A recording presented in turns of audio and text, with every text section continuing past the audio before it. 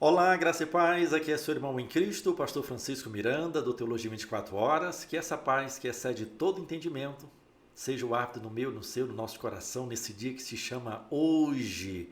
Como diz o salmista Davi, esse é o dia que o Senhor fez, por isso, meu irmão, minha irmã, independente da situação, da circunstância, nós devemos, tá? É direito, tá? De nós nos regozijarmos, nos alegrarmos, tá? Naquilo que Deus planejou para mim, para você, para esse dia, tá? Isaías diz que os pensamentos de Deus e os planos de Deus a meu e a teu respeito são muito mais altos e muito maiores do que eu e você possamos imaginar.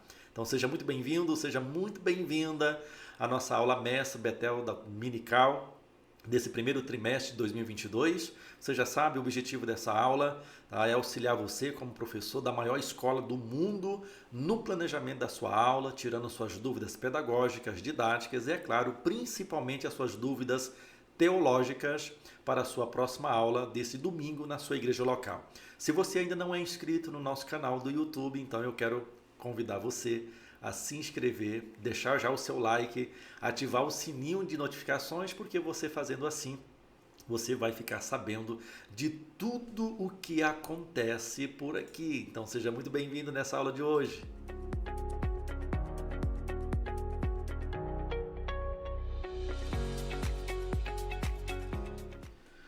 Olha só, se você estiver interessado em participar de uma jornada teológica comigo, faça sua assinatura Teologia 24 Horas, ative ela e tenha acesso ilimitado à minha mentoria teológica através do conteúdo dos módulos, tá, do meu curso de Teologia Sistemática, desde os níveis básicos, intermediários e avançados, pelo IB, o nosso Instituto Bíblico Internacional, através da nossa plataforma de desenvolvimento pessoal, profissional e, é claro, principalmente ministerial, mais conhecida como Teologia 24 Horas. Através da sua assinatura ativa, meu irmão, minha irmã, você vai ter acesso a conteúdos complementares dessa aula, acesso ilimitado à nossa biblioteca virtual, repleta de comentários, dicionários bíblicos e as principais versões de Bíblia para que você possa fazer as comparações, tá bom? E é claro, por último, não menos importante, você também terá acesso ao plano de aula para que você possa fazer o download e já usar nesse próximo domingo na sua aula. Através do teologia24horas.com.br, a sua experiência de alta aprendizagem é muito mais fácil, intuitiva e, é claro, principalmente interativa e o melhor de tudo, viu? Aonde você estiver, a hora e quando quiser, e acredite, no seu tempo e no seu ritmo.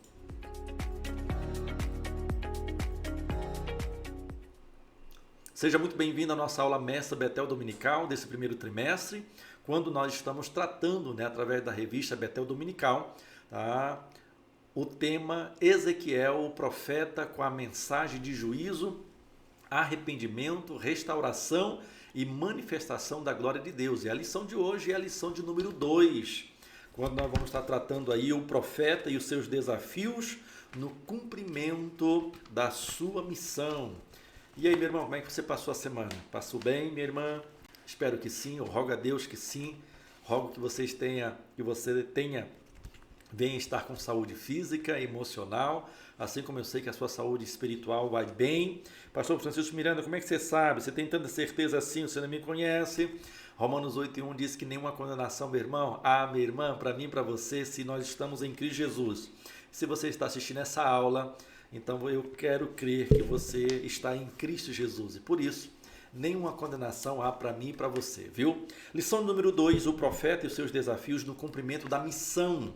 O texto áureo é Ezequiel capítulo 3, versículo 1, que diz: Depois me disse, filho do homem, come o que achares, como este rolo, e vai e fala à casa de Israel.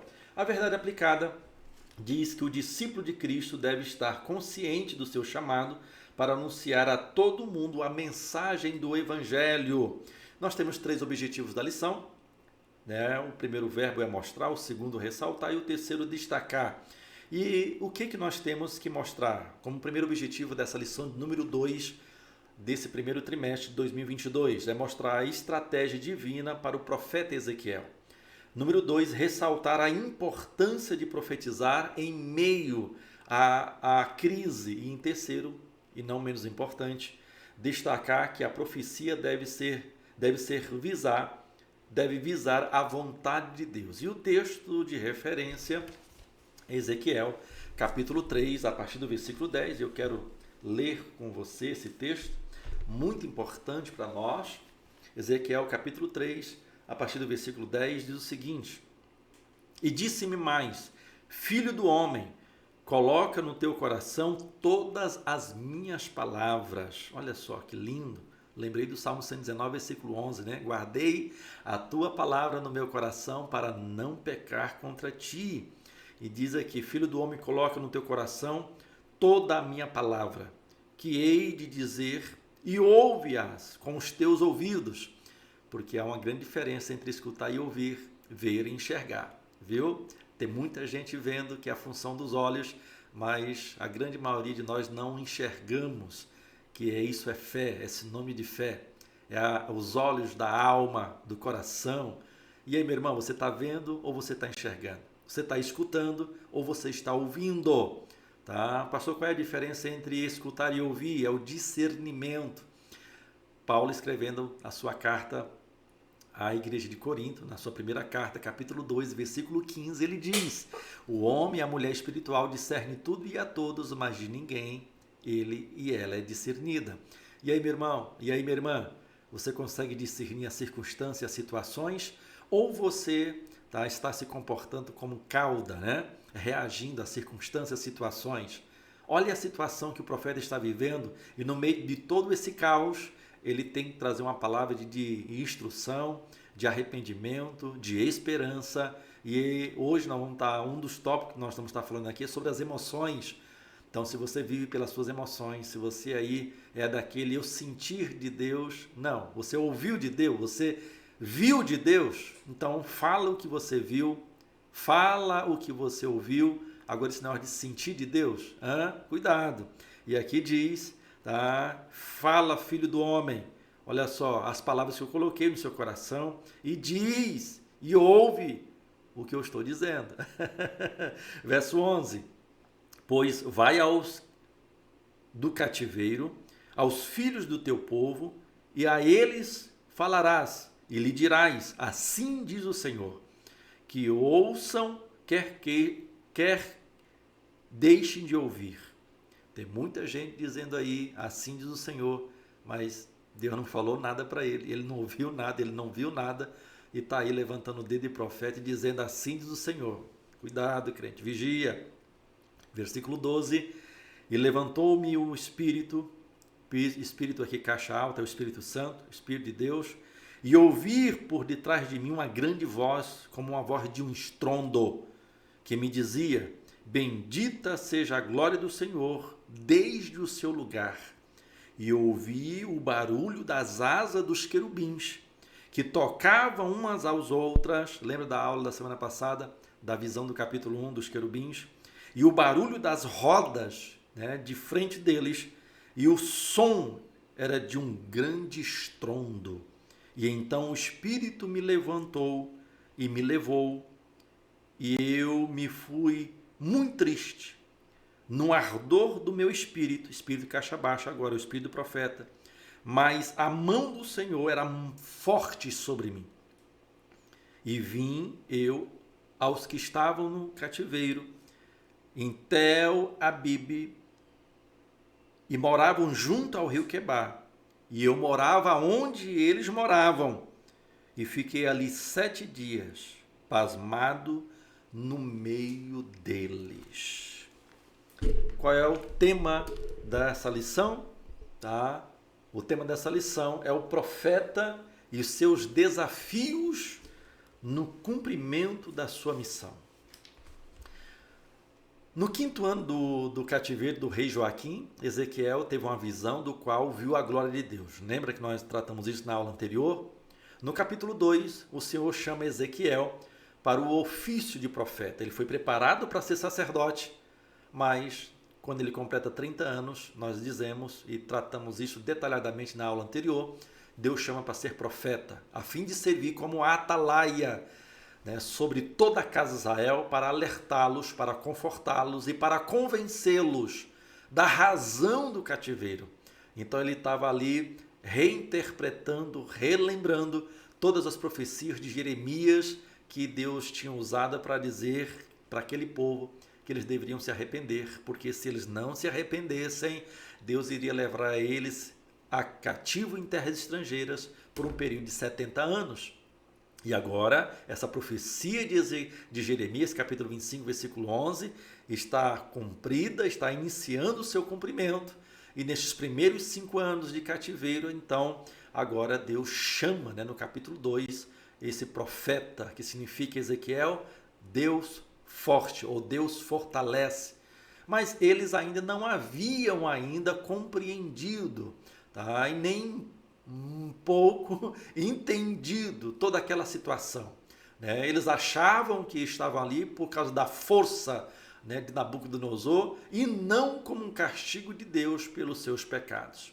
Então, conservar, meu irmão, minha irmã, perante a geração nascida no exílio, a lembrança do mal causado pelos seus pecados nacionais, culturais, sociais, econômicos, políticos e religiosos, manter a fé e a esperança desse povo que está exilado fora da sua terra, fora da sua cultura, diante das promessas que Deus haveria de restaurá-los. Então, na leitura do capítulo 2, e agora nós lemos aí, alguns versículos do capítulo 3, nós podemos extrair algumas frases que revelavam o grande desafio do profeta para cumprir a sua árdua e difícil missão. No capítulo 2, verso 4, capítulo 3, versículo 7, Deus fala que aquele povo tinha um coração obstinado, um coração duro, um coração de pedra, um coração inconvertido, incircunciso. No capítulo 2, versículo 6, Deus diz que eles eram como sarças, espinhos e como escorpiões. Olha só. Capítulo 2, verso 9, capítulo 3, diz que para que ele, o profeta Ezequiel, pudesse cumprir a sua missão, ele teve que engolir um rolo de livro, um livro. E diz que quando ele comeu esse livro, nos primeiros 3 versículos do capítulo 3, diz que tinha um gosto de mel. Diferente, tá? Porque na realidade o texto não continua, mas lá no Apocalipse, João também comeu esse livro, que também tinha um gosto de mel na sua boca, mas quando chegou ao seu ventre, disse que tinha gosto de fel. Ou seja, então a palavra de Deus, ela sempre vai nos confrontar, meu irmão, minha irmã. Se o evangelho que eu e você estamos pregando, ou que nós estamos ouvindo, e não nos confronta a mudanças, isso não é evangelho. Se aquela palavra é para massagear o nosso ego, em que agora a grande maioria das mensagens, se eu não falar a grande maioria das mensagens, mas muitas das mensagens que eu e você nós estamos vendo por aí, o homem é o centro, não é a mensagem que Cristo é o centro, ou seja, não é a mensagens cristocêntricas, mas é antropocêntricas. O homem é o centro e a gente tem que ficar atento com isso, porque a palavra que pregamos, primeiro nós temos que viver ela. E quando nós recebemos a palavra é como mel à nossa boca, mas quando nós decidimos viver a palavra, nós temos que renunciar.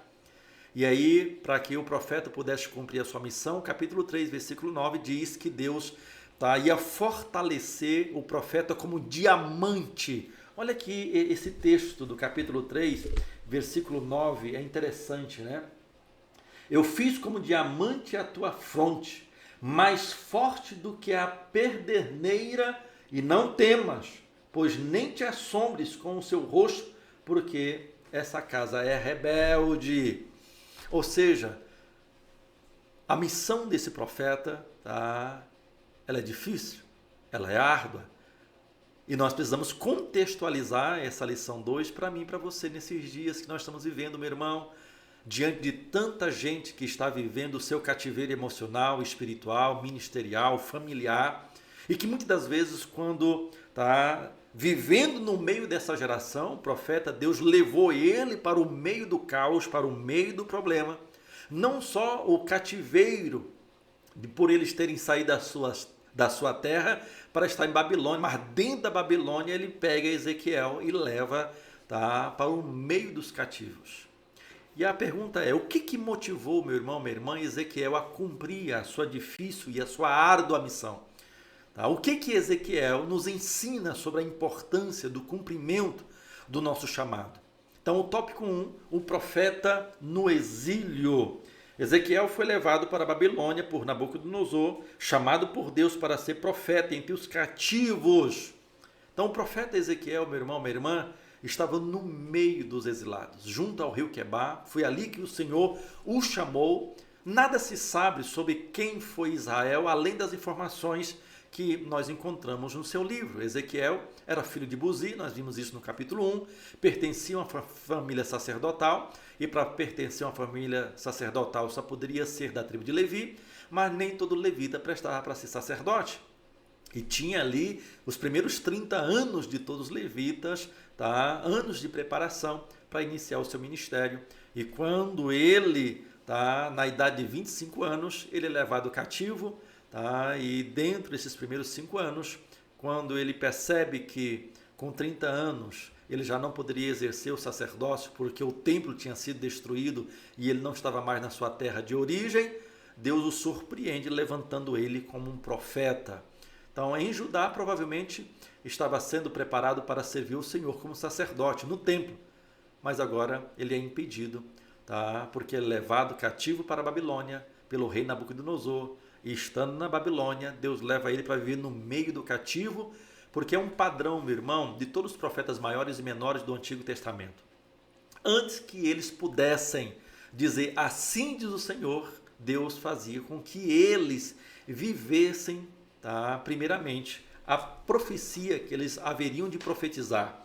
E você vai ver isso na primeira carta de Pedro, na sua primeira epístola, no capítulo, olha só, 1 Pedro, no capítulo 1, a partir do versículo 10, diz, olha só, da qual salvação inquiriram e trataram diligentemente os profetas que profetizaram da graça que nos foi dada, indagando que tempo ou em que ocasião de tempo o Espírito de Cristo, que estavam sobre eles, indicava anteriormente, tá, negativamente, testificando o sofrimento. Então teve profetas que viveram essa experiência negativa, outros positivamente, olha só, que haviam de vir e a glória que haviam de seguir, os quais, olha só, foi revelado que não para si mesmos, mas para nós, eles ministravam essas coisas que agora foram anunciadas por aqueles que pelo Espírito Santo enviado do céu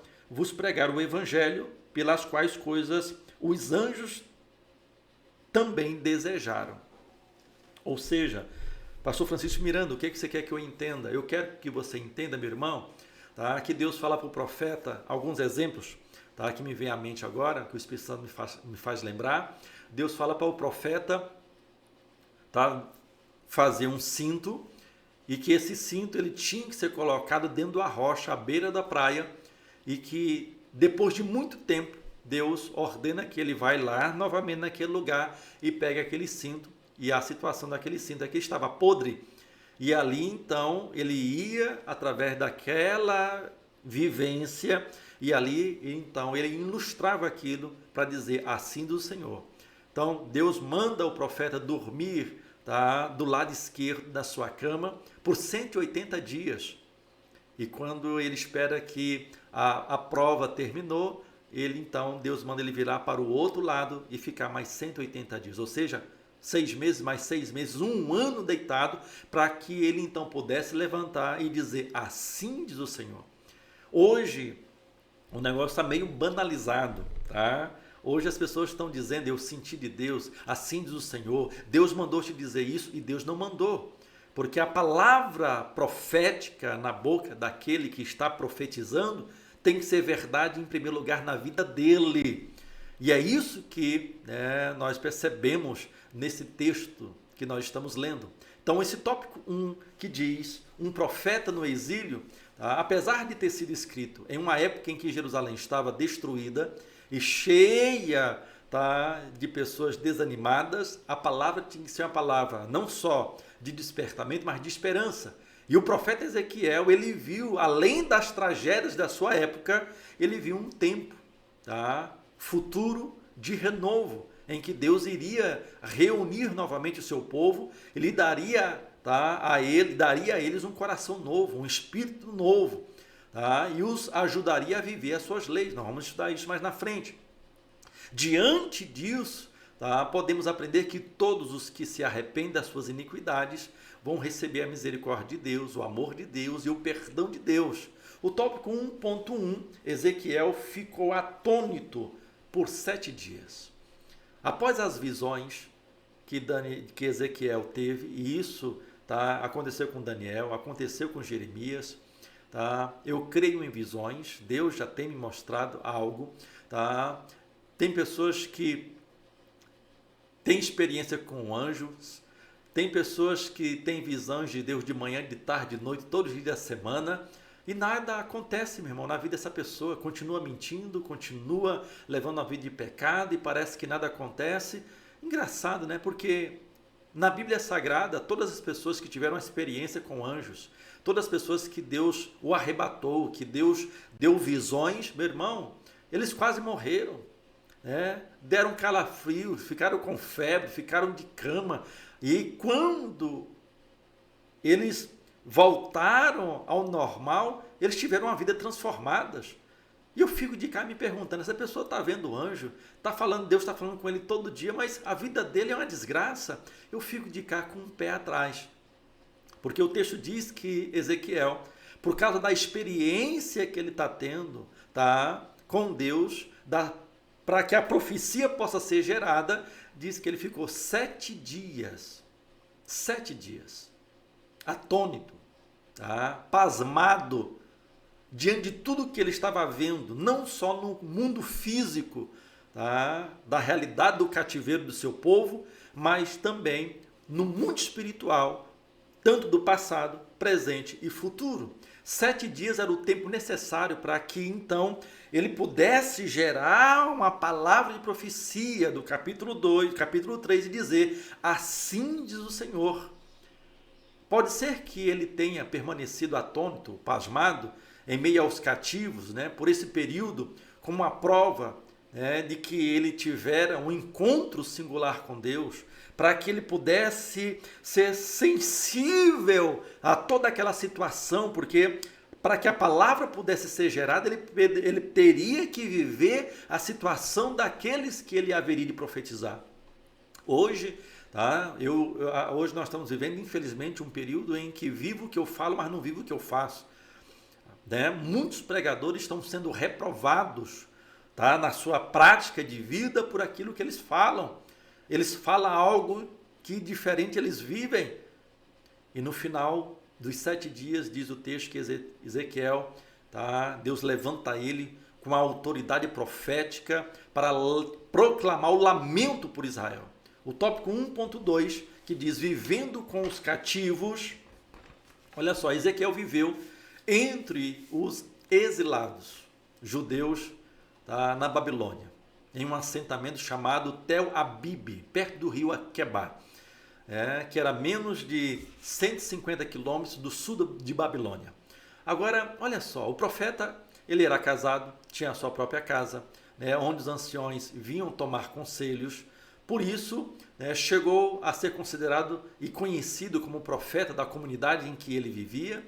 Mas agora vale ressaltar que, embora tivesse exilado entre os judeus, ele tinha uma relativa liberdade de ir e vir. Ele podia ter construído a sua casa, cultivar plantações, praticar comércio, levar uma vida religiosa de uma forma formal. Você vai ver que isso é uma realidade dos judeus na Babilônia, e em nenhum lugar está documentado que eles eram obrigados ao trabalho árduo, penoso ou algo parecido.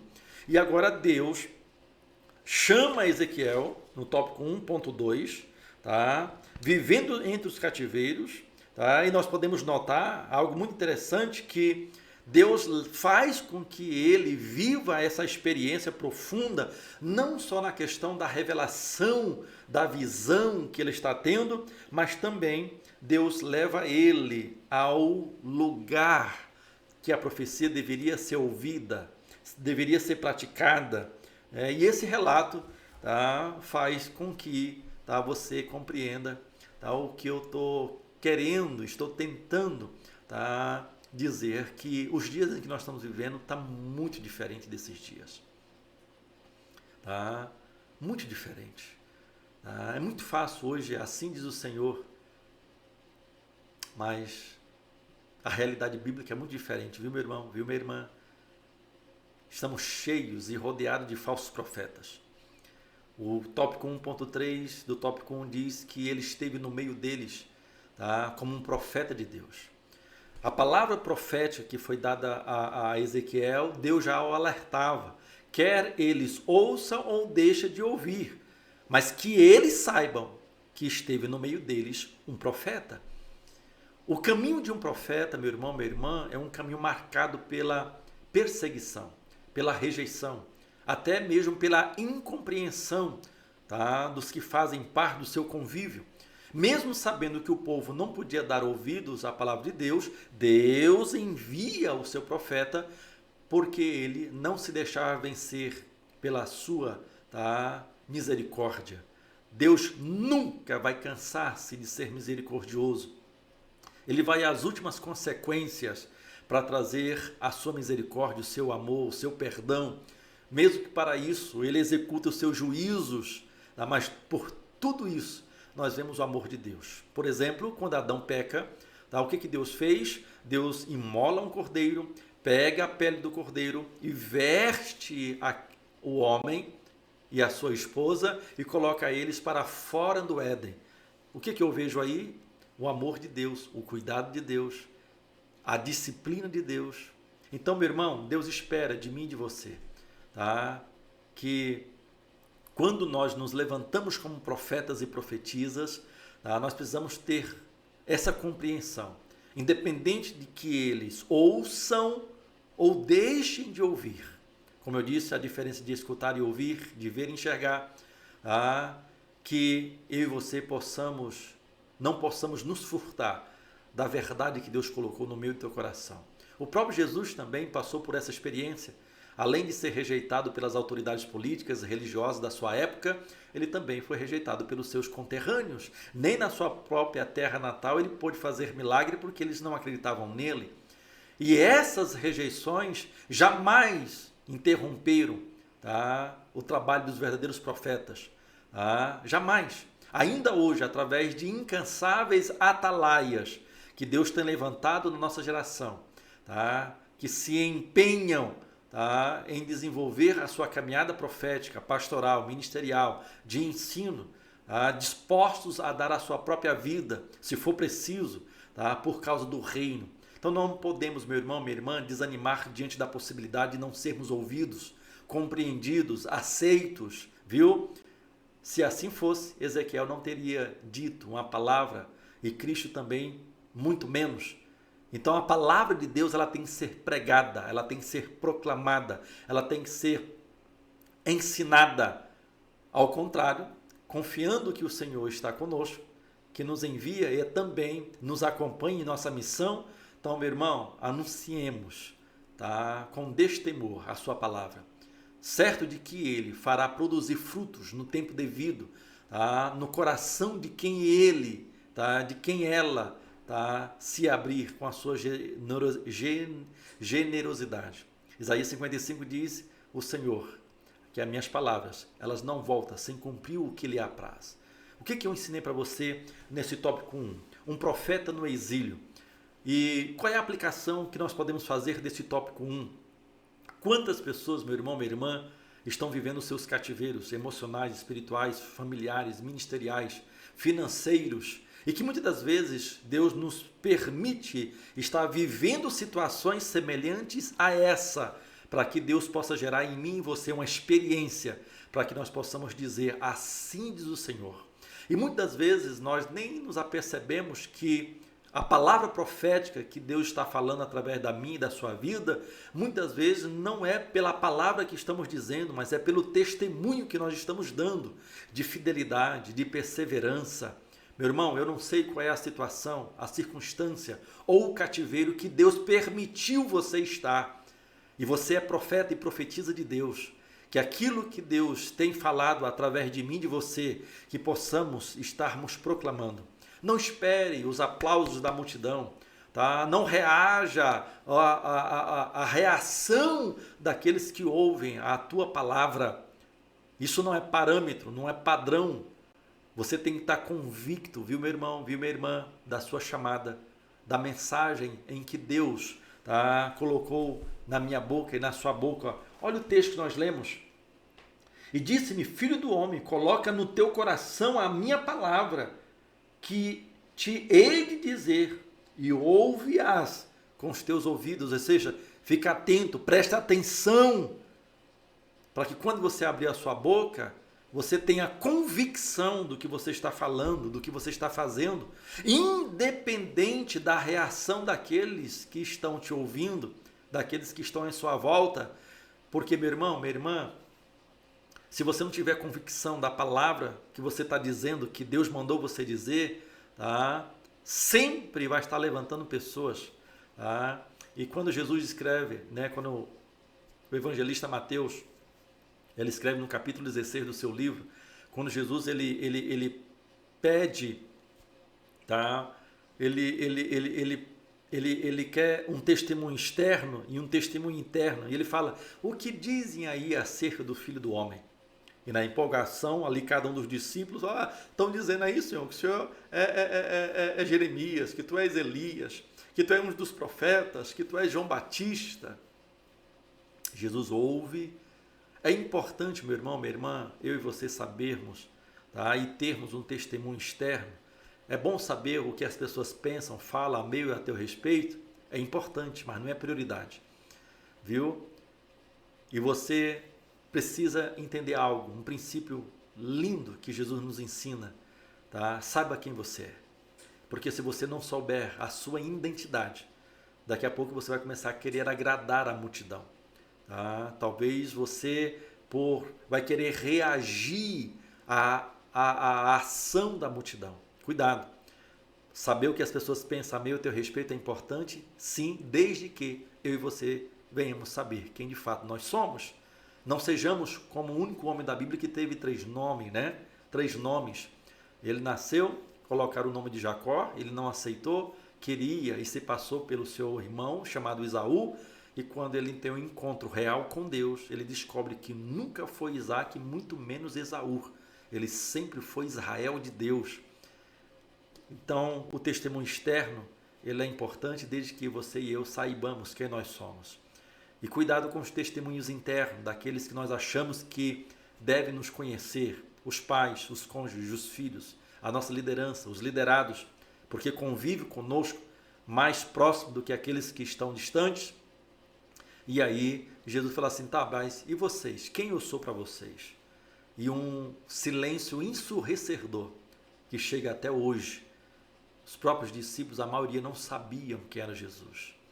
E muitas vezes nós achamos que os que estão próximos a nós têm a obrigação de nos conhecer, e quando nós descobrimos que eles não nos conhecem, nós nos frustramos, nos decepcionamos, e muitas vezes porque nós não temos uma identidade construída, tá?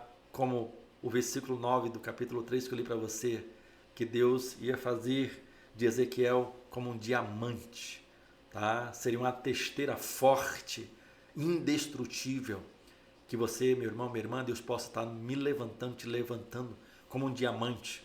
Mas você sabe como que o diamante ele é lapidado? É no meio do cativeiro, é no meio da desgraça, é no meio da guerra. Não é a primeira vez, tá, que Deus vai fazer isso com Ezequiel, e é um padrão de Deus. Pastor, qual é o padrão de Deus? Deus forja os seus soldados no fronte de batalha. Eu não sei, meu irmão, minha irmã, qual é o cativeiro que você está vivendo.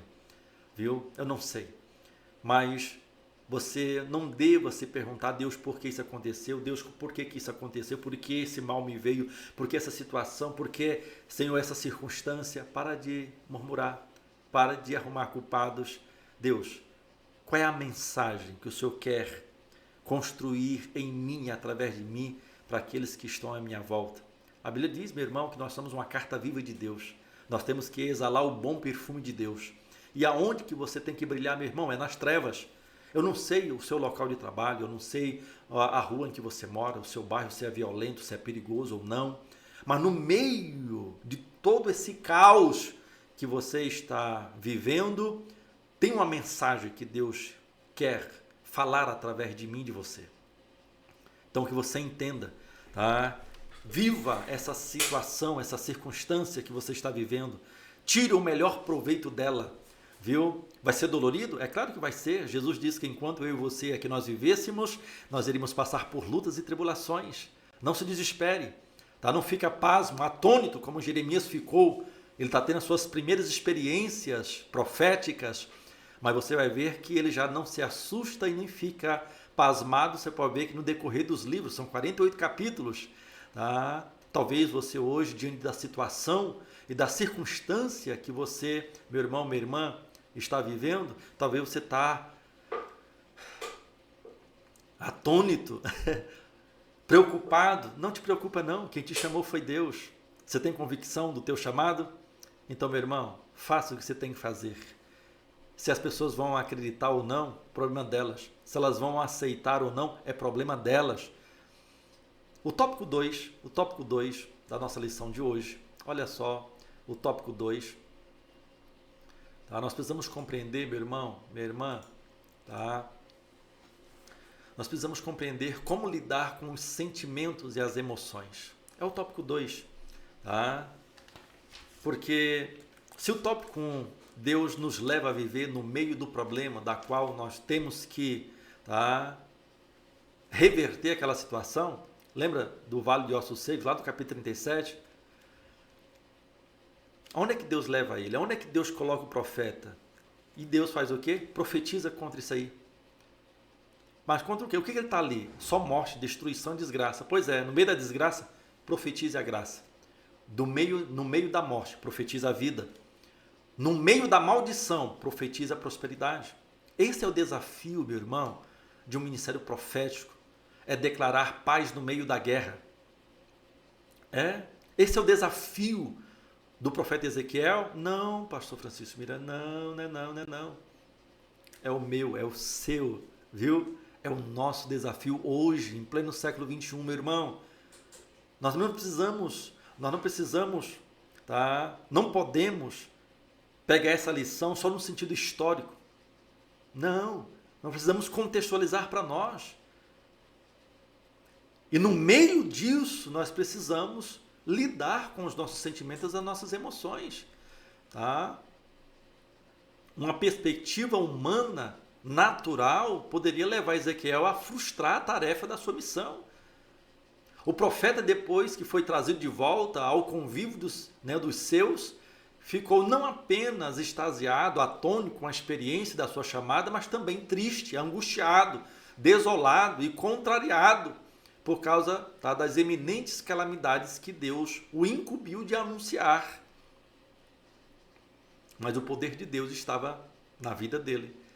O modo de que ele, tá, negou a si mesmo e todos os seus sentimentos e emoções é algo tremendo, irmão, é algo fantástico. E nós precisamos, meu irmão, minha irmã, saber lidar com os nossos sentimentos. Eu dizia no tópico 1 sobre a diferença de ver e enxergar, de escutar e ouvir. Nós estamos escutando muitas vozes, muito ruído sobre a questão histórica, cultural, social, econômica, política, religiosa do nosso Brasil. E as notícias são péssimas, são negativas. Agora, o que Deus diz sobre tudo isso, nesse contexto histórico, cultural, social, político, econômico e religioso que nós estamos vivendo, para os nossos dias? Qual é a palavra de Deus? Se você não o escutar, se você não parar no silêncio da vida, de você parar para ouvir a voz de Deus, você se desespera, irmão, no meio de toda essa questão que eu e você nós estamos vivendo. Diante do que nós estamos vendo, que é uma função dos olhos, e a maioria de nós vemos e vemos muito bem, tá? Mas Deus está chamando a mim e a você, meu irmão, como chamou Ezequiel, além de ver, Ele quer que nós venhamos, que nós enxergamos. Além de escutar, Ele quer que nós ouvimos, porque só assim nós vamos agir no meio do caos e não reagir. Então, cuidado, para que você, meu irmão, minha irmã, não venha estar com as suas emoções, com os seus sentimentos, que muitas vezes você não sabe nem lidar com isso, e você está tendo uma ótica errada da situação que você está vivendo. Muitas das vezes nós, né, herdamos ou ainda estamos ligados a Adão, porque o capítulo 2, versículo 7 de Gênesis diz que Deus soprou no pó, o sopro, pneuma no pó, que é a soma, que é o corpo, criou-se um terceiro elemento, que é a alma, e o versículo termina dizendo que Deus, ao soprar no pó, o homem passou a ser alma vivente. Quando Paulo vai, né, explicar esse texto no capítulo 15 do seu livro, que ele vai falar sobre o primeiro homem e o último homem, ou seja, o primeiro Adão e o último Adão, ele fala que o primeiro homem é terreno, ele veio da terra, ele é almático, tá? Ele é pneumático, não, ele é almático, ele é psicossomático. Agora, quando vai falar de Cristo, que ele é do céu, tá? Que ele é espiritual, tá? Que ele é pneumático. Então, qual é a descendência que nos representa hoje? Não é mais Adão. Pelo pecado de Adão, Romanos 5,12 diz que ele passou a nós, né, a morte espiritual, física e eterna. É só desgraça, é só morte.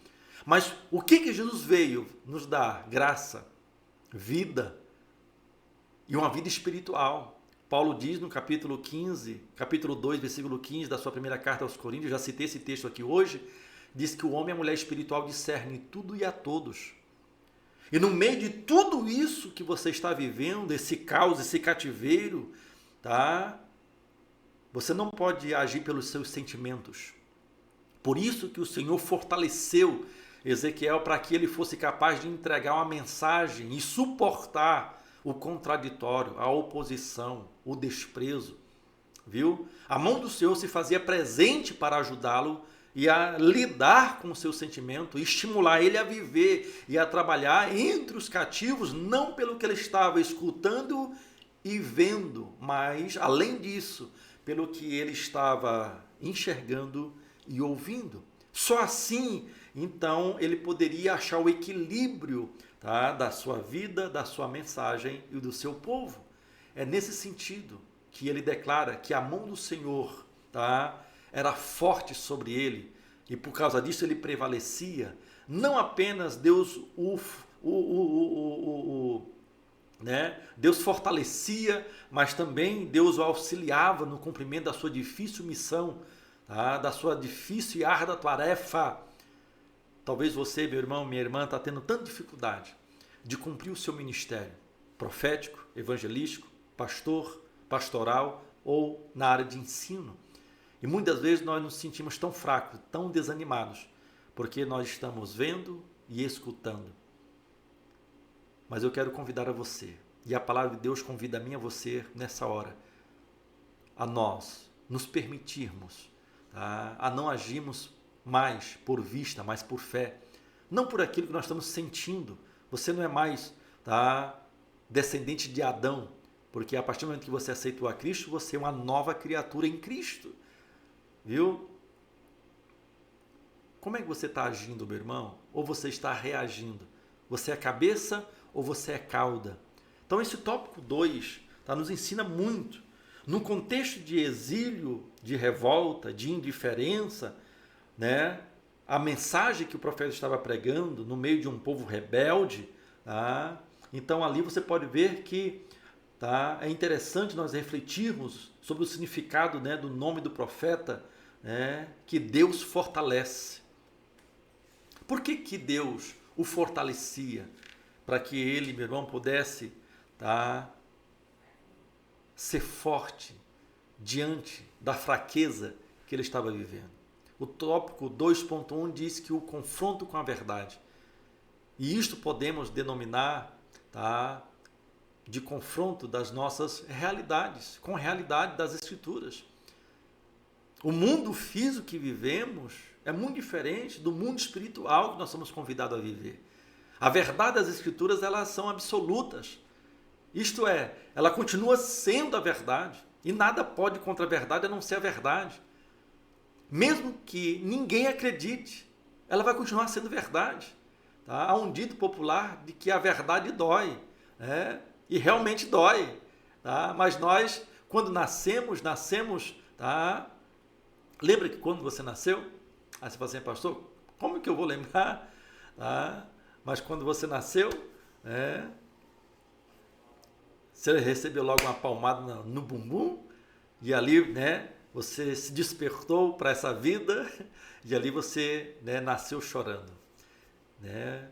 Talvez as primeiras pessoas que você e eu nós vimos estavam alegres pela nossa chegada, e muitas vezes sem saber o que estava acontecendo, porque não tinha um discernimento daquilo que nós estávamos vendo e escutando, diferente da nossa partida, né? Que todo mundo vai chorar e só nós, e só quem parte se alegra, porque assim como o bebê, ele não quer nascer e ele é expulso, né, como um corpo estranho pela sua mãe, e por ele desconhecer, né, o desconhecido, né, aqui fora, ele não quer sair, ele está num ambiente confortável, né, dentro daquela placenta, tá aquecido, sendo alimentado, né.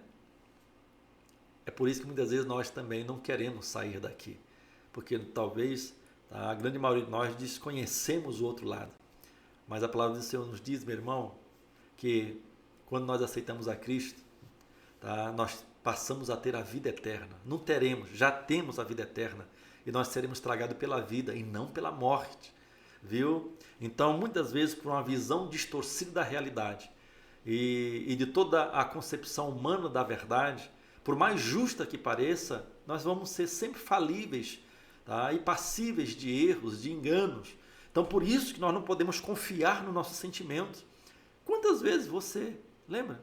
Faz uma retrospectiva aí de quantos pensamentos, palavras, ações, atitudes que eu e você, tá, fizemos e deixamos de fazer baseado nos sentimentos, e a grande maioria deles nós quebramos a cara.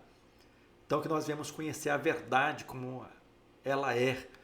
E só tem uma forma, meu irmão. Jesus diz, eu sou o caminho, a verdade e a vida.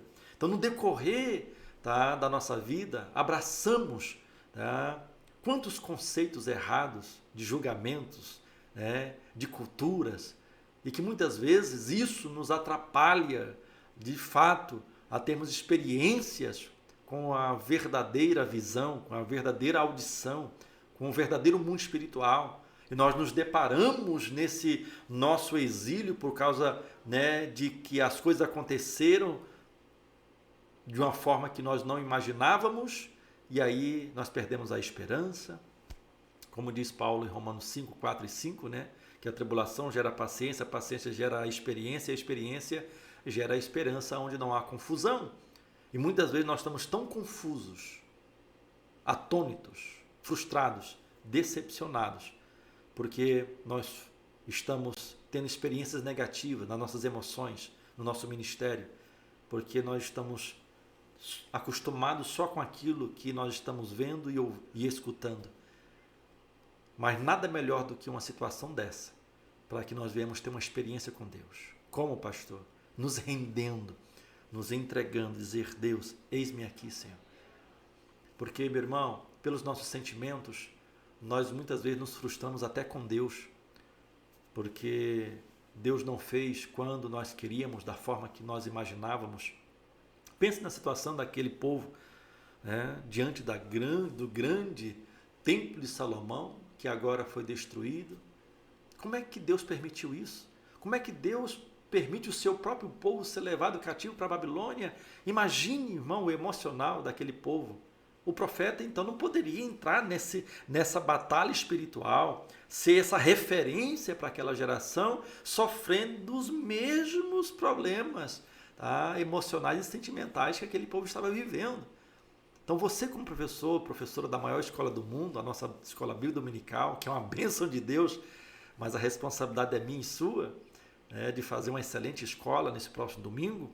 Então nós não podemos, meu irmão, minha irmã, tá, como a maioria do nosso povo que está cativo, porque eles vivem pelas emoções, pelos seus sentimentos, pelo aquilo que eles possam ver, escutar e sentir.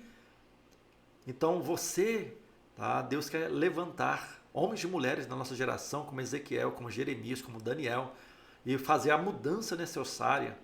Porque mesmo que eles não creiam, mas a Bíblia diz, mas que eles saibam que teve um profeta. Rapaz, não é que o que ele falou é verdade, porque ela vai cumprir, porque a palavra de Deus não volta sem cumprir o que lhe apraz. Por isso que você não pode fazer o que Deus quer que eu e você venhamos a fazer, agindo pelas nossas emoções. E aí eu me recordo, né, quando eu leio Mateus, Marcos, Lucas e João, que nós temos ali os 4 evangelistas, né, e não 4 evangelhos, porque são 4 biógrafos falando da mesma pessoa, o evangelho, que é Cristo. E ali você vê Mateus falando aos seus compatriotas, Mateus está falando de Jesus para os judeus, falando que ele é o filho de Abraão, é o filho da promessa de Abraão, que ele, através dele, o reino de Davi seria eternizado. Mas eles não compreenderam, não aceitaram. Pelo contrário, o crucificaram. Você vai ver Marcos falando, tá, de Jesus para os romanos. Você vai ver Lucas falando do mesmo Jesus, do mesmo evangelho, da mesma boas novas para os gregos. E você vai ver João falando do mesmo Jesus para a igreja. Então você tem 4 evangelistas, cada um com seu próprio público: Mateus para os judeus, Marcos para os romanos, Lucas para os gregos, João para a igreja. Mateus está falando para os judeus, mostrando Jesus como o leão da tribo de Judá. Marcos está mostrando para os romanos que Jesus é bezerro, ele é servo, é o único dos 4 que não tem genealogia. Você pega Lucas mostrando para a mitologia grega que não é o homem que vai virar Deus, foi Deus que virou homem. E agora João está falando para a igreja, tá, do verbo encarnado, tá, que tabernaculou entre nós e vimos a sua glória.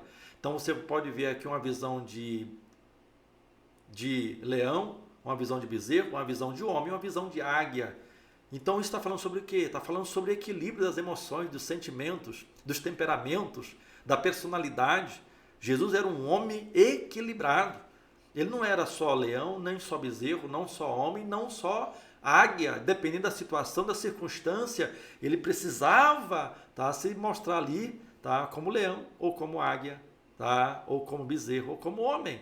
Então, ele liderava como leão, tendo um coração de servo, administrando como homem, mas tendo uma visão de águia. E é isso que Deus está provocando no seu profeta, que Deus está chamando. E Deus sempre, meu irmão, minha irmã, vai nos tratar segundo o seu chamado. O chamado que Deus tem para mim e para você. Se Deus quer, meu irmão, minha irmã, que você seja daqui a 10 anos pastor, o que eu quero que você entenda é que Ele já vai tratar hoje você como pastor. Você não tem a experiência que daqui a 10 anos você vai ter, mas Deus vai te tratar igualmente hoje. Deus vai te provocar, porque Deus que nos criou sabe, meu irmão, como tirar o melhor de cada um de nós. E não tem nada melhor para mim e para você de nos fazer crescer e amadurecer, a não ser pela dor. Eu não sei qual é a dor que você está vivendo, a dor emocional, espiritual, ministerial, financeira, eu não sei. Mas se a dor na minha e na sua vida, eu já tenho compreendido que é inevitável, porque Jesus falou que enquanto eu aqui e você nós vivêssemos, iríamos passar por lutas e tribulações, e o objetivo dela é nos fazer crescer, e ninguém cresce sem dor, viu? Então você tem a opção de aprender com ela ou sofrer com ela. Infelizmente, a maioria de nós preferimos sofrer, se vitimizar, dar uma de coitadinho, de coitadinha. Mas Deus está falando para mim e para você nessa hora, meu irmão, minha irmã, que nós precisamos ter uma experiência com a verdade, uma experiência com um Deus verdadeiro, que no meio da desgraça, Ele quer trazer a sua graça. No meio de toda a mortandade espiritual, física e eterna, Ele vem para trazer vida e a vida com abundância. Então a verdade, ela sempre vai nos confrontar. A verdade sempre vai nos trazer incômodo. Por quê? Porque a verdade sempre vai nos transformar. Estamos vivendo hoje um evangelho barato, onde eu disse e repito, um evangelho em que o homem virou o centro e não Cristo, tá, é mais o centro. Um evangelho de amassagear o ego. Um evangelho em que, tá, mostra só apenas o tempo presente, mas não mostra que o presente é resultado do passado e que se no presente eu me arrepender e me colocar no centro da vontade de Deus, Deus tem um futuro fértil para mim e para você. Então o encontro com ela, com a verdade, nos choca. A princípio, sim, mas transforma a nossa vida, transforma as situações, viu? Porque jamais eu e você teremos uma vida transformada sem a verdade. Jamais permaneceremos, tá, sem ser moldados, confrontados pela verdade. Então, meu irmão, a verdade não depende de mim. Ela não vive, tá, em mim, em você, Pelo contrário, tá? A verdade absoluta é Cristo, é a palavra de Deus. Que aí sim, quando eu aceito, você, nós o aceitamos, nos submetemos a ela, tá? Então ela vai fazer em nós o que lhe apraz. Então não é muito diferente, meu irmão, tá, da comunidade dos tempos de Ezequiel. Hoje, no meio dos evangélicos, no nosso meio, há muitos crentes que ridicularizam, não, aqueles que falam ou que mantêm um zelo na interpretação, na aplicação da sã doutrina, né? Cuidado, tá? Esses não são e não podem ser denominados de antiquados, e sim como mensageiros da única verdade que cura, que liberta, que transforma o homem. O tópico 2.2 fala sobre a esperança por um fio. Como muitos hoje, no meio disso, eu citei para você, a tribulação gera experiência, a paciência gera experiência, que gera esperança. É por isso que Lamentações de Jeremias, ele decidiu trazer à memória só aquilo que poderia dar a ele a esperança. O que está trazendo, meu irmão, você, minha irmã, a esperança no meio desse caos que você está vivendo? Para os judeus, o exílio babilônico foi uma experiência de perca, tá? Do mundo que eles viviam, da cultura, da língua, da religiosidade. Judá foi totalmente destruída. O templo e os seus utensílios, os símbolos da fé de todo um povo, né, foram zombados. Para os judeus deportados, o exílio não consistia apenas na mudança geográfica, social, cultural. Não, antes de tudo, era um problema religioso. Observando esses pressupostos dessa temática, dessa lição que está sendo nos apresentada, pode-se perceber que a crise instaurada pelo exílio se concentrou nos elementos da fé. Houve a necessidade de Deus levantar um profeta para falar a verdade sobre o motivo pelo qual eles estavam ali. Eles foram confrontados. Deus estava disposto a restaurá-los, a restituí-los, tudo que tinha acontecido, e como de fato aconteceu. Mas Deus precisava que eles tivessem a consciência. Será que eu e você, meu irmão, a nossa geração, a comunidade que eu e você nós fazemos parte, nós estamos conscientes da realidade que nós estamos vivendo hoje na nossa história, na nossa cultura, tá? Na nossa sociedade, tá? Na nossa questão econômica, política e religiosa? O Senhor deixa muito claro, tá, que o motivo do seu juízo sobre a nação de Israel, do povo hebreu, foi procedido, tá, deles. Porque eles se prostituíram com deuses de outras nações, abandonaram a aliança que os seus pais tinham feito com o Senhor. Embora não tenham escutado o profeta Jeremias, tá, Deus levanta agora, aonde eles estavam, agora um profeta, tá, que estava confrontando eles ainda, tá, debaixo de uma palavra de arrependimento. Então Deus promete e cumpre, você vai ver isso no capítulo 36 de Ezequiel, restaurar a nação, reunir, tá, de volta para a sua terra, remover a dor, a vergonha, a fome, a miséria, a derrota, substituindo-os pelo seu favor de limpar todas as iniquidades, dar a eles um novo coração, um espírito novo. Talvez o que falta a mim, a você, meu irmão, e aos nossos alunos, que nós devemos confrontá-los, como você está sendo confrontado através dessa aula, e só lembrando que essa aula não substitui a aula de domingo na sua igreja local.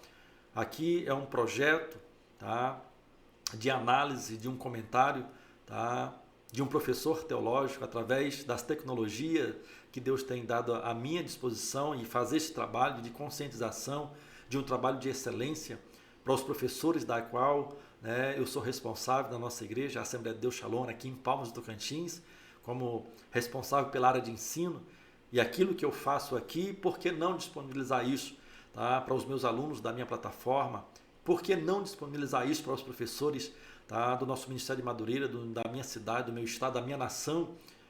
Então todos nós, meu irmão, estamos sendo confrontados pela realidade do que nós estamos vivendo hoje. E será que de fato nós estamos, meu irmão, minha irmã, hoje, ouvindo e vendo o que Deus tem para cada um de nós no meio dessa situação em que eu e você nós estamos vivendo? Ou será que nós estamos persistindo nos mesmos erros que esse povo continuavam a persistir? O 2.3 diz a advertência de Deus ao profeta. Ao profeta. Tá? A gente tem que estar atento a isso. Olha só. O profeta ficou impedido de falar ao povo, a não ser quando a mensagem vinha do próprio Deus. Mas quando o Senhor falava com ele, era para ele abrir a boca e dizer, assim diz o Senhor. Um fato estranho na chamada de Ezequiel, nos chama a atenção. Em determinado momento, Deus paralisa a sua língua para ele não falar. Olha só. Deus está treinando o emocional, os seus temperamentos. Tá? Isso mesmo. Tá? O homem vocacionado para falar em seu nome ficou literalmente mudo. Pastor, isso mesmo, mudo. Pois Deus paralisou a sua língua para que ele não falasse. Tá? Ezequiel 3, 26, 27. Eu falarei, tá? Eu farei que a tua língua se pregue ao teu paladar e ficarás mudo. E não lhe servirás, tá? De repreendor, e não lhe servirás de repreendor, porque eles são são casa rebelde.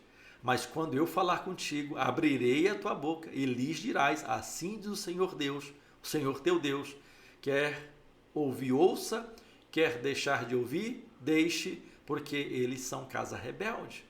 Olha só, quando que Deus, meu irmão, minha irmã, me mandou dizer o que eu digo que Deus mandou dizer? Porque o que tem no nosso meio de gente aí dizendo ser profetas e profetiza, mas que a maioria das profecias não passam de profetadas, não se cumprem. Por quê? Porque age nas emoções. Eu senti de Deus. Presta atenção. Existe na Bíblia, no capítulo 12, primeira carta de Paulo aos Coríntios, o dom de profecia. Lembra da classificação dos dons? Aquela classificação de inspiração, vem o dom de variedade de línguas, que a gente chama de língua estranha, não deveria ser, porque existe o dom de interpretação de línguas, aí deixa de ser estranha, aquilo que é estranho, para gerar uma profecia. E o dom de profecia, quem tem, trabalha com a audição. Ele precisa ouvir, eu disse ouvir, não escutar. Ele precisa ouvir uma variedade de língua que ele mesmo esteja falando ou que uma outra pessoa esteja a falar e ele interpreta e gera a profecia. Diferente do ministério profético que trabalha com a visão, ele vê, ele está vendo o oculto e o escondido do passado, presente e futuro daquela pessoa, daquela situação, daquela circunstância. Então, para que eu e você possamos dizer, assim diz o Senhor, Deus manda te dizer o que foi que você ouviu, o que foi que você viu. Aí eu senti de Deus. Não, esse tópico 2 está aqui nos confrontando que a mensagem profética não age pelos sentimentos. Ou você vê, ou você ouve. Porque se você está abrindo a sua boca para falar o que Deus não mandou dizer, isso é perigoso. E é o que mais nós estamos vendo no nosso meio. E aqui o profeta, para que ele, então eu percebo que no início da sua chamada ministerial, Ezequiel, devido às suas percas financeiras, ele perdeu a sua esposa, ele perdeu a sua pátria, ele perdeu a sua gente, houve muita morte, ele perdeu o lugar dele exercer o seu ministério sacerdotal. Diante do meio de tudo isso, dar a entender que as suas emoções eram emoções, sentimentos fragmentados. E Deus precisa fortalecer isso. E Deus precisa trabalhar na vida do profeta isso. Então Deus leva ele para o meio do caos. Deus agora, sabendo que de alguma forma ele precipitaria, tá? Então aquilo que Deus mostrava a ele, aquilo que ele ouvia de Deus, tinha que ter o discernimento, o amadurecimento daquilo para ele poder falar. E para que isso acontecesse no tempo de Deus, na hora de Deus, no lugar certo, na hora certa, Deus fez com que ele ficasse mudo, muitas vezes. Será que Deus vai ter que fazer isso na minha e na sua vida, meu irmão, para nós fecharmos essa boca e só abrirmos, de fato, quando nós ouvirmos a palavra de Deus, ou que o mundo espiritual se abra e Deus nos dê uma visão? Porque Deus pode nos dar uma visão e não nos dar o discernimento. Deus pode falar conosco e não nos dar, tá, a interpretação daquilo que Ele está falando. Então, entre ouvir e ver e falar, eu percebo aqui que há um período de segundos, de minutos, de horas, de dias. Então tem pessoas que têm uma visão, já sai falando a visão que ele teve sem entender o que ele viu. Tem gente que de fato, eu ouvi Deus, mas peraí, mas o que foi que você ouviu? Não, eu não sei o que foi que eu ouvi. E aí falam as coisas sem sentido. Olha o que aconteceu com esse profeta. Aí você fala assim, mas pastor Francisco Miranda, o que é isso? Eu também pergunto, o que é isso? Deus então ensina a Ezequiel que o verdadeiro profeta, meu irmão, e nos ensina hoje nessa aula, tá? Ele verá muitas coisas e entenderá poucas coisas. Porque nem tudo que Deus te mostra é para ser falado, nem tudo que Deus te falou é para ser transmitido. Você precisa filtrar isso. Você só pode falar aquilo que Deus lhe permitiu que falasse. Você não pode falar tudo aquilo que Deus te mostrou. Você não pode falar tudo aquilo que você ouviu de Deus. Ele espera, tá, de mim, de você, que nós precisamos ter essa maturidade. Nem tudo que Deus te falou, meu irmão, é para você falar. Não, se Deus falou, meu irmão, se Deus me mostrou, eu falo mesmo. Peraí, não é assim não. Nem tudo que Deus nos mostra é para ser falado. E se é para ser falado, tem um dia, uma hora específica, tem pessoas específicas, tem um momento específico. Eu sempre falo, tá? E eu não canso de repetir, que as pessoas não vão lembrar, meu irmão, do que nós falamos ou do que nós fazemos em relação a elas. Mas elas nunca vão esquecer da forma que nós fazemos elas se sentirem. Então, dependendo do que você está falando ou do que você está fazendo, se você fez uma pessoa se sentir um para nada, tá? Um zero à esquerda, tá? Essa atitude elas nunca vão esquecer de mim, de você. Se o que nós estamos falando, o que nós estamos fazendo de uma forma positiva, da mesma forma também elas nunca vão esquecer. Então, ele espera, o profeta Ezequiel, um sinal de Deus para relatar tudo aquilo que ele estava vendo. Que ele só pudesse declarar, tá, o que Deus estava mostrando a ele, tá, no tempo certo, no lugar certo, da forma certa e para a pessoa certa. E isso é muito difícil, isso é muito complicado. Isso você tem que aprender a dominar suas emoções. Porque você está no culto, Deus mostra que tem uma pessoa que está em pecado, você está pregando. E aí você responde o pecado daquela pessoa no culto porque Deus te mostrou. O pastor Mazabel disse que o espírito do profeta está sujeito ao profeta. É verdade, o espírito do profeta, não o espírito de Deus. O espírito de Deus sempre vai te mostrar, sempre vai te revelar, meu irmão. O culto escondido, dirigindo na rua, tá, no trabalho, em qualquer lugar, na igreja, fora da igreja. Se Deus tem levantado como ministério profético, tá, Deus vai te mostrar. Agora, você que tem que saber que hora, como, de que forma, de que maneira. Talvez aquilo, tá, que você vai estar falando no lugar errado, na hora errada, você vai acabar, tá, com a vida da pessoa, como eu já vi, tá, Deus mostrando para um profeta que tinha uma pessoa no culto, quem eu estava, que ele estava em adultério. E eu conheci a pessoa, tá, e eu conheço até hoje, e como resultado disso, tá, dessa infidelidade, era verdade, Deus mostrou, mas acabou com o casamento, acabou com a família, estão desviados. Deus mostrou, mas faltou sabedoria do profeta, maturidade. Eu estava num outro culto e tinha um outro profeta, maduro, e ele falou assim: irmã, olha, no final do culto você me procura orar por você. Eu estava fazendo um translado desse profeta, e ali aquela irmã falou assim: pastor, você pediu para me procurar? É verdade, irmã, olha, Deus mostrou que você está sendo infiel ao seu marido. E não foi para isso que Deus te chamou. Olha só, aí Deus mostrou o erro e Deus começou a falar assim: olha, minha irmã, muda de vida. Deus quer restaurar a sua vida, seu casamento, porque Deus tem isso. Ela começou a chorar e ali ele orou por ela. Tá? E como era uma igreja, tá, que nós estávamos visitando, tá, eu quero crer que aquela palavra motivou aquela irmã a mudar de vida, teve o seu casamento restaurado e tem sido instrumento na mão de Deus. Olha a diferença. Deus mostra, mas cabe a mim e a você termos a maturidade de sabermos agir e não reagir. Os sentimentos nos fazem a reagir, sendo cauda. Então, pastor, mas toda a verdade tem que ser dita. É verdade, mas ao seu tempo. Tá? Porque a verdade sendo dita fora do tempo, na pessoa errada, no lugar errado, pode trazer destruição. Viu? O tópico 3 da nossa lição de hoje.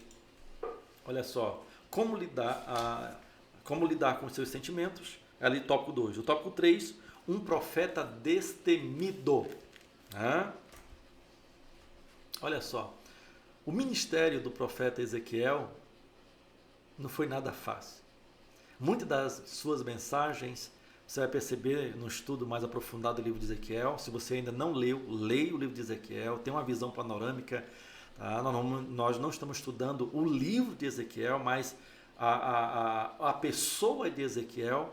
Mas eu acredito que vale a pena você ler os 48 do livro do profeta Ezequiel, ter uma visão panorâmica do livro. E aí, né, quando nós partimos, como nós estamos na segunda aula, são 13 aulas, tratando sobre, né, a biografia, sobre o caráter, a personalidade, os temperamentos desse profeta, eu acredito que você vai ter mais facilidade para assimilar, tá, todo o contexto histórico, cultural, social, político, econômico e religioso desse livro, desse profeta, do seu povo. Tá bom? E você vai compreender que muitas das mensagens eram de condenação, de destruição. E o povo não aceitava, né, o que ele dizia. Ezequiel teria que enfrentar um povo, além de ser um povo rebelde, que estava ali, e a maior prova da rebeldia deles é que eles estavam cativos numa terra estranha. A Bíblia diz que o rosto deles eram duros, as palavras deles também eram mordazes. Mas olha só, se o rosto deles eram duros, o rosto do profeta Ezequiel era como um diamante, né? E um diamante, você sabe que para ele ser lapidado, um verdadeiro ourives, ele consegue ver numa pedra bruta, um diamante, mas tem um processo. Deus viu Ezequiel e agora Deus está fazendo com que o profeta viva por todo esse processo de transformação. Assim, meu irmão, é comigo, com você.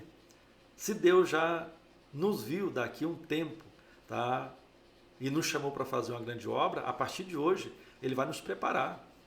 Muitos erros, eu e você, no início do nosso ministério, você sabe que nós, sendo cajado verdes, nós cometemos, mas esses mesmos erros não podem ser cometidos agora. Você agora está maduro, você tem 1000 anos que está na igreja. Estou brincando, né? Você tem quantos anos, meu irmão, minha irmã, que você serve a Cristo? Você não pode mais ter esses comportamentos como de novo convertido. Paulo diz que quando ele era criança agia como criança, hoje ele é adulto, ele tem que agir como adulto. Então, diante disso, o profeta Isaías falou que aquele povo tinha o pescoço duro como ferro e a testa como bronze, Isaías 48, verso 4. Então, assim precisaria, então, também Ezequiel, de uma forma, né, ter também uma testa dura para poder enfrentar a resistência do seu povo. E Deus, então, foi o versículo que eu chamei a sua atenção, versículo 9, olha só. E fiz como diamante a tua testa, mais forte, do que a testa deles. Esse é o contexto desse texto.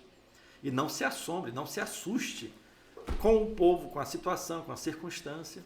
Eu iniciei essa live mostrando para você que citando um dos salmos, né, de Davi, dizendo que esse é o dia que o Senhor fez. Por isso, meu irmão, nós devemos nos regozijar nele, nos alegrar nele, independente das situações, das percas, dos castigos, não importa. Todos os dias, eu e você temos motivo de sobras para agradecer a Deus.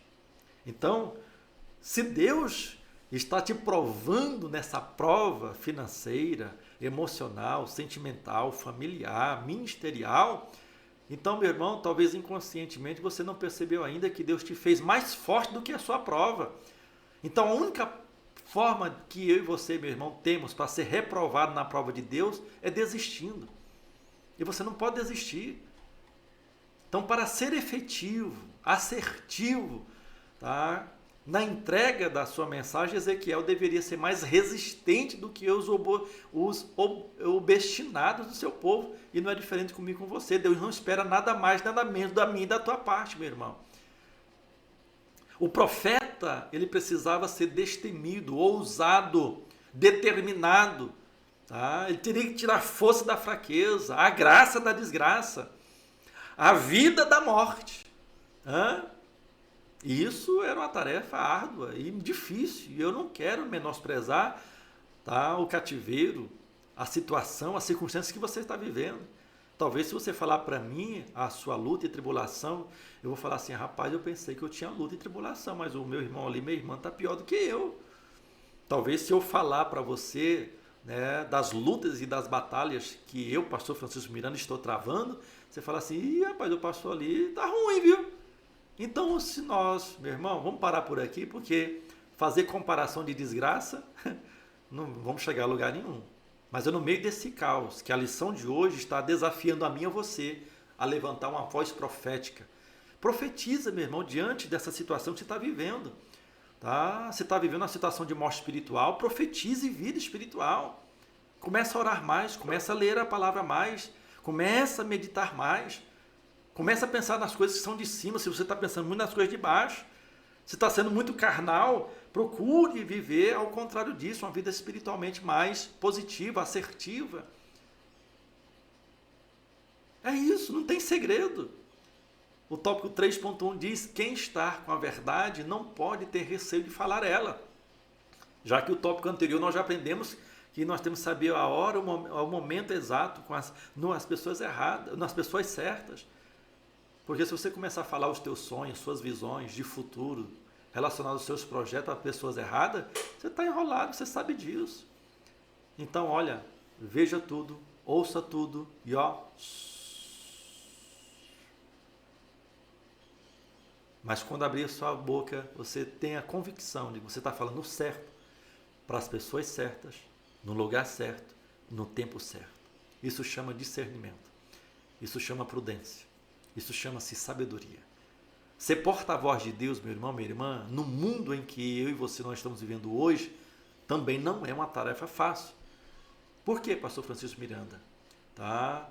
Hoje, como no tempo do profeta Ezequiel, o povo precisa de profetas que tenham coragem de falar a verdade como ela é. Muitas situações que se apresentam, né, contra a lei do Senhor, contra a sua vontade, por isso ele nos chama para sermos profetas dessa geração, dessa última geração, porque hoje, meu irmão, o público que a maioria das vezes nos seguem, são pessoas que nos seguem não porque eles nos amam, não, é porque eles de alguma forma são beneficiados por alguma coisa que nós temos, seja o nosso dom, seja a questão financeira, seja a posição social.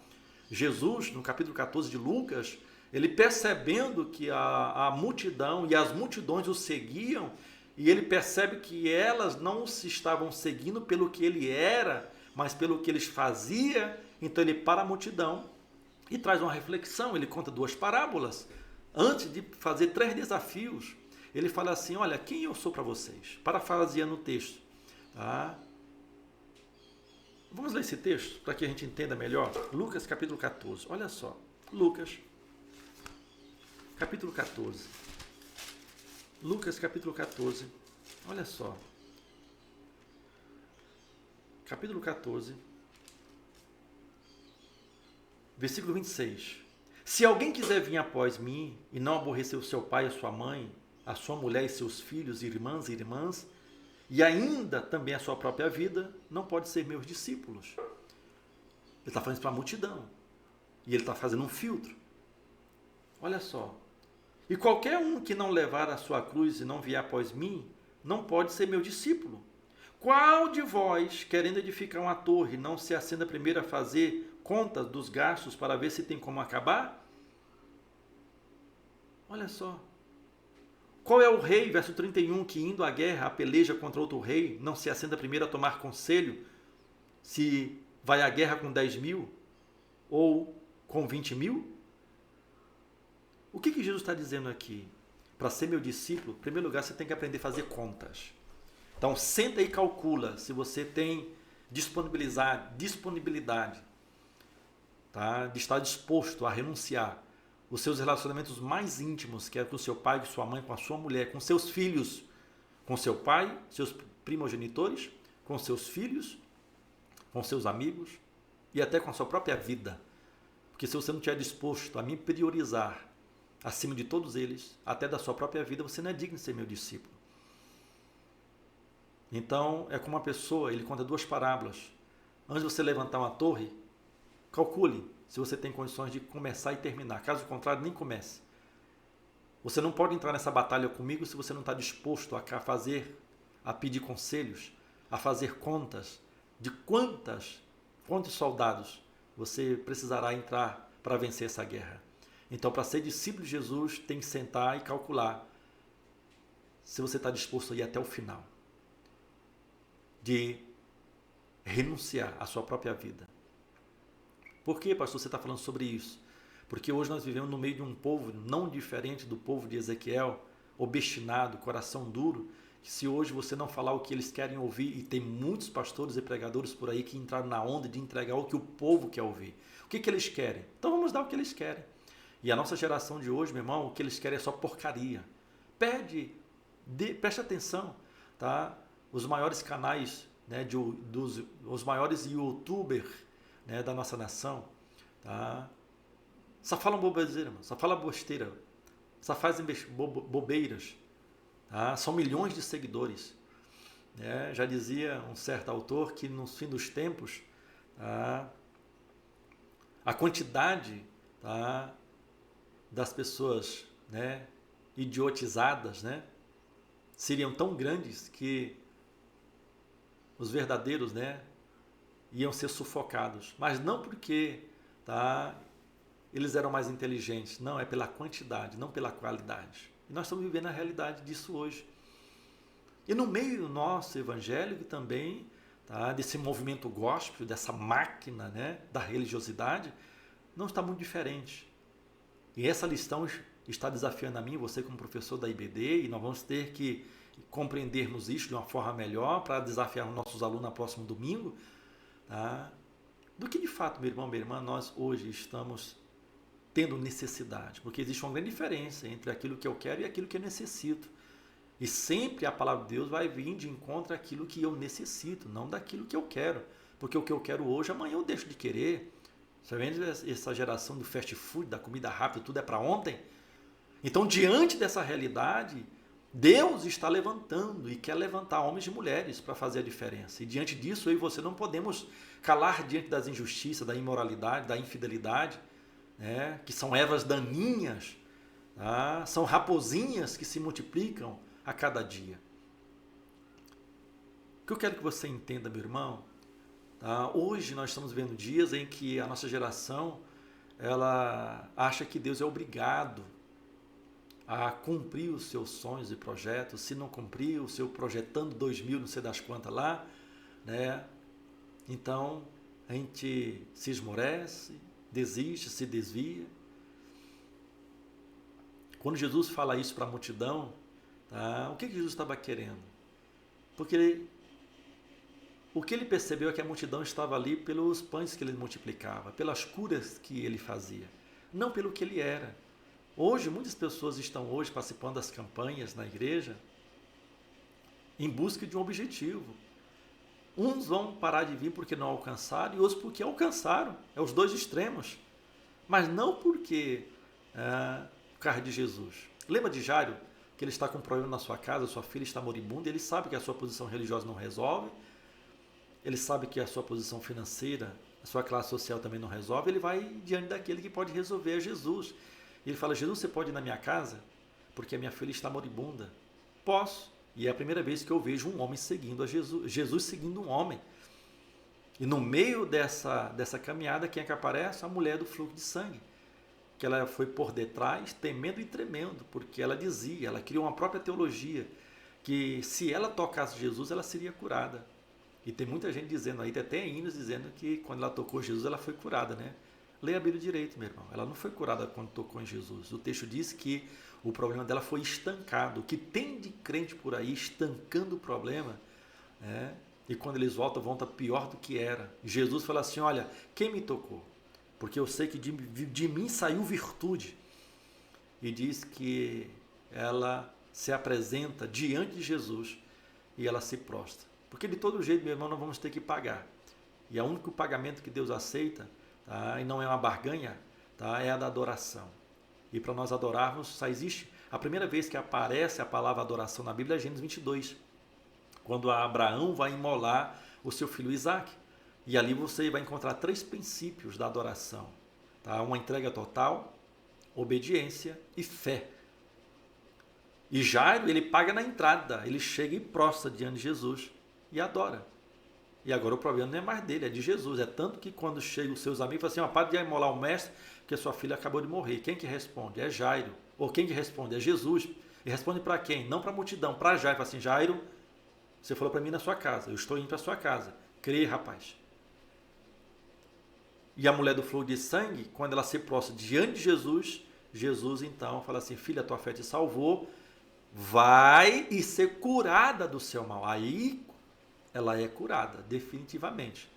Então, porque ela pagou, mesmo na saída, mas ela pagou. Sem esse pagamento, meu irmão, nada se estabelece na minha e na sua vida. Enquanto eu e você, meu irmão, não desenvolvermos, minha irmã, e desafiarmos os nossos alunos a serem verdadeiros adoradores, a se entregarem completamente em obediência através de uma fé, tá? Que não anda segundo as vistas, não anda pelas situações e pelas circunstâncias, tá? Eu e você estamos sendo desafiados a levantarmos como vozes proféticas nesse dia. E para isso, meu irmão, para isso, minha irmã, para isso, nós precisamos compreender uma verdade absoluta aqui. Pastor, o quê? Nós precisamos compreender, meu irmão, temos que aprender como Ana. Ana, ela viu toda a situação cultural, social, econômica, política e religiosa dos seus dias, que o último capítulo, o último versículo de Juízes diz que não, por não haver rei, liderança em Israel, cada um fazia o que queria. Imagina a anarquia que Ana está vivendo na sua geração. Eu iniciei a minha reflexão dizendo que a gente acha que Deus é obrigado a concretizar os nossos sonhos e projetos. Para com isso, meu irmão. Para com isso, minha irmã. Aprenda com Ana. Ana, ela vê toda aquela situação, ela fala, Deus, o Senhor quer mudar tudo isso? O Senhor precisa de alguém para mudar tudo isso? Eis-me aqui, o Senhor tem coragem de gerar em mim uma criança para mudar tudo isso? Você conhece o resto da história. Quem é que nasce? Samuel. Foi profeta, juiz e sacerdote e mudou toda aquela situação. Então, a minha e a sua oração hoje, a mensagem profética que nós temos que viver e pregar, é que no meio de toda essa desgraça, esse caos que você e eu nós estamos vivendo, assim, Deus, Senhor, de que forma o Senhor quer mudar tudo isso? Eu sirvo, Senhor, para alguma coisa? Eis-me aqui, Senhor. Concretiza em mim, através de mim, os teus sonhos. Os sonhos são teus, Deus. Os teus projetos. Porque na rua onde eu moro, na quadra, tá, no bairro, na minha cidade, tem alguma coisa extraordinária que o Senhor quer fazer. Tem pessoas que o Senhor quer curar, pessoas que o Senhor quer salvar. Tem alguma coisa que o Senhor quer fazer na política, na economia, na sociedade, na minha cultura, na minha sociedade, na minha história, na minha família. Senhor, eis-me aqui. Porque, meu irmão, mesmo que os teus sonhos sejam espetaculares, eles sempre vão ser, tá, limitados. Isaías diz que os pensamentos de Deus, os planos de Deus a meu e teu respeito, são maiores, muito mais altos. Tá? Jeremias, capítulo 29, versículo 11, diz que os planos de Deus a meu e teu respeito são planos bons, são planos de prosperidade, de paz. Então, vamos viver esse nível, porque no meio de todo o cativeiro, Deus está no meio deles, Deus está falando. Então o profeta Ezequiel, o papel dele era transmitir a mensagem com autenticidade, sem erro, tá? Sem intransigência, sem ódio, sem agressividade, sem ser agressivo, consciente da verdade que ele viu, que ele ouviu. Hoje nós pregamos, ensinamos muitas vezes para dar resposta a pessoas, a um público, ou para justificar, para com isso, meu irmão, para com isso, minha irmã. O profeta de Deus não pode, tá, reagir a essas situações e circunstâncias, não pode ter medo de falar a verdade absoluta. O tópico 2.2, 3.2 diz os desgastes do ofício. Ezequiel é um dos profetas, né, cujo chamado, né, ministerial ocorreu durante um período mais difícil da história de Israel. Quando Nabucodonosor, rei da Babilônia, levou o cativeiro, cativos os habitantes de Israel e de Judá. Foi no meio dessa dor, dessa destruição, dessa escravidão, dessa angústia, no meio da mortandade, que o Senhor levanta o profeta Ezequiel. E no meio de tudo isso, meu irmão, minha irmã, que eu estamos vivendo, que você e eu nós estamos vivendo, Deus quer me levantar e te levantar. Viu? Creia nisso, em nome de Jesus. Tá? O texto que nós lemos chega a dizer que os israelitas eram como escorpiões, tá? Venenosos e malignos. Capítulo 2, verso 6 de Ezequiel, parte A, fala sobre isso. E em virtude disso, Deus estava alertando o profeta, tá, do que ele enfrentaria. Então, meu irmão, tá, não seja inocente. Que quando você se posicionar, tá, pessoas, tá, não vão aceitar, vão ser contraditórios. E por isso, meu irmão, você vai ter resistência, você vai ser perseguido, você vai ser desgastado. Você está disposto a ser profeta e profetiza na sua própria vida, na vida da sua família, no seu ministério? Então já fica aqui o alerta. O Senhor está te advertindo como advertiu Ezequiel, tá? Mas você não pode desistir. Então nós temos que ter muita convicção daquilo que Deus nos falou. Então, temos muito o que aprender com o profeta Ezequiel. Um grande exemplo de submissão, de dedicação à obra de Deus. E o último tópico, 3.3, a mensagem de Deus nunca deve ser transmitida de acordo com a vontade do povo. Somos tentados a dizer aquilo que o povo gosta de ouvir. Viu? E nós temos, meu irmão, todas as vezes que você se posicionar para falar em público, você precisa entender que existem 3 tipos de público. Tá? O primeiro público é o público que gosta do entretenimento. Se não tiver nada que o entretém, ele não fica. Ele não quer saber quem está pregando, ele não quer saber o que está sendo dito, ele quer o movimento. E olha que eles são a maioria, infelizmente. O segundo tipo de público é aqueles que está no meio do movimento, mas querem entender. Quem é esse pastor aí? O que ele está falando mesmo? Não estou entendendo, mas ele quer entender. E o terceiro tipo de público é aquele que está no meio da multidão, mas já é um discípulo, que além de querer entender o que está sendo dito, de quem está dizendo, ele analisa, tá? Ele prescruta, ele investiga, ele filtra, ele rumina, tá, aquele assunto. E a proposta de Deus para mim e para você, meu irmão, nesses dias, como profetas e profetisas, cuidado, para que você não esteja tão impactado, influenciado pela multidão, porque a multidão, ela só fica com você se você entreter. Cuidado. Então Deus precisa de servos, profetas e profetisas autênticos e fiéis a proclamar a sua palavra. Tá? Servos que falam tudo o que ele quer, na hora que ele quiser, quando ele quiser, aonde ele quiser, sem medo e sem intransigência. Sua mensagem, meu irmão, minha irmã, não é determinada pela reação dos ouvintes. Cuidado, cuidado. A mesma multidão que outrora, em Mateus 21, estava clamando, e proclamando Jesus rei, é a mesma multidão que no capítulo 27, apenas 6 capítulos depois, vai estar gritando, crucifica-o. Preste atenção. Então a sua mensagem, meu irmão, não é determinada pela reação dos ouvintes. Cuidado. Mas entregue, com total lealdade a Deus, a mensagem que Deus entregou para você, independente se eles gostaram ou não, se reagiram ou não. Se alguns ouvintes decidiram resistir a Deus e a sua lei, que faça. Porém, esses destemidos profetas vão continuar a entregar a mensagem verdadeira de Deus, repreendendo, proclamando a palavra de esperança.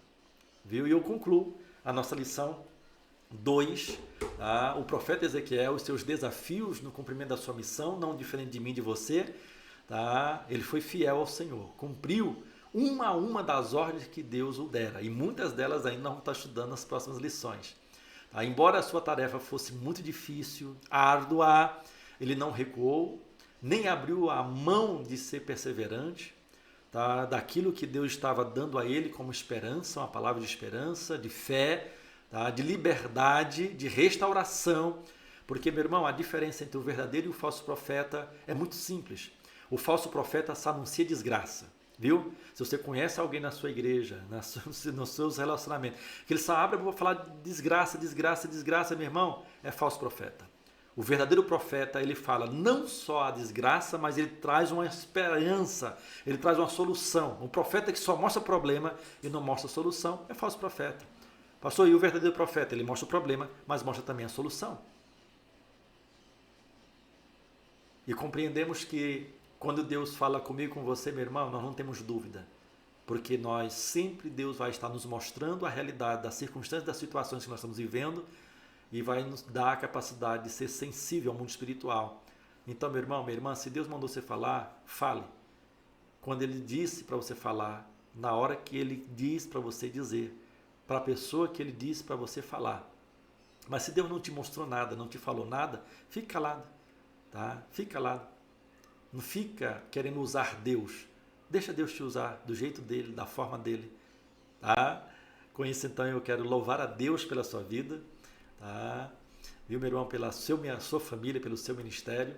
E chegamos ao final, tá, dessa aula. E eu quero dizer que se você estiver interessado em participar de uma jornada teológica comigo, se você quer fazer parte da nossa comunidade teológica, faça a sua assinatura Teologia 24 Horas e tenha acesso ilimitado à minha mentoria teológica através do meu curso de Teologia Sistemática, através do IB, meu Instituto Bíblico Internacional, tá? E através da minha plataforma Teologia 24 Horas, tá? E através dessa tecnologia, tá? No seu tempo, no seu ritmo, tá? Nós vamos estar estudando juntos, aprendendo juntos e aprofundando juntos. Se você quer baixar a aula mestre, dessa aula mestre, o plano de aula e ter acesso a conteúdos complementares, tá? Você precisa fazer a sua assinatura, tá bom? Eu espero que essa aula mestre Betel Dominical possa ter beneficiado a sua vida, tá? No seu crescimento espiritual, que você, meu irmão, minha irmã, sinta-se a cada dia entusiasmado em continuar a fazer com excelência o serviço do mestre. Espero que você converse com seu cônjuge, com seus filhos, com seu pastor, com seus amigos sobre esse assunto, com seus amigos. Tá? E por aqui fico eu, seu irmão em Cristo, pastor Francisco Miranda, esposo da missionária Isabel Miranda, pai de Lucas Esteves, de Mateus e de Gabriel, do Teologia 24 Horas, um jeito inteligente de ensinar e aprender. Um grande abraço e até a nossa próxima aula mestre Betel Dominical. Tá? E que você tenha uma aula de excelência, meu irmão, em Cristo Jesus. Que Deus possa continuar te abençoando poderosamente, tá bom? Fique na paz e até a próxima.